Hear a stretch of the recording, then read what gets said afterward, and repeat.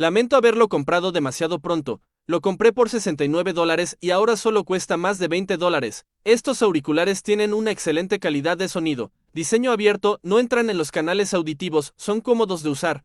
Compartimiento de carga con pantalla táctil, puedes tomar fotos, puedes cambiar de música para ajustar el volumen, puedes ajustar el brillo de la pantalla, también puedes configurar alarmas, duración de la batería.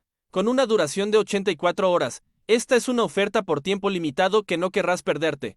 No te arrepentirás de este enlace a continuación.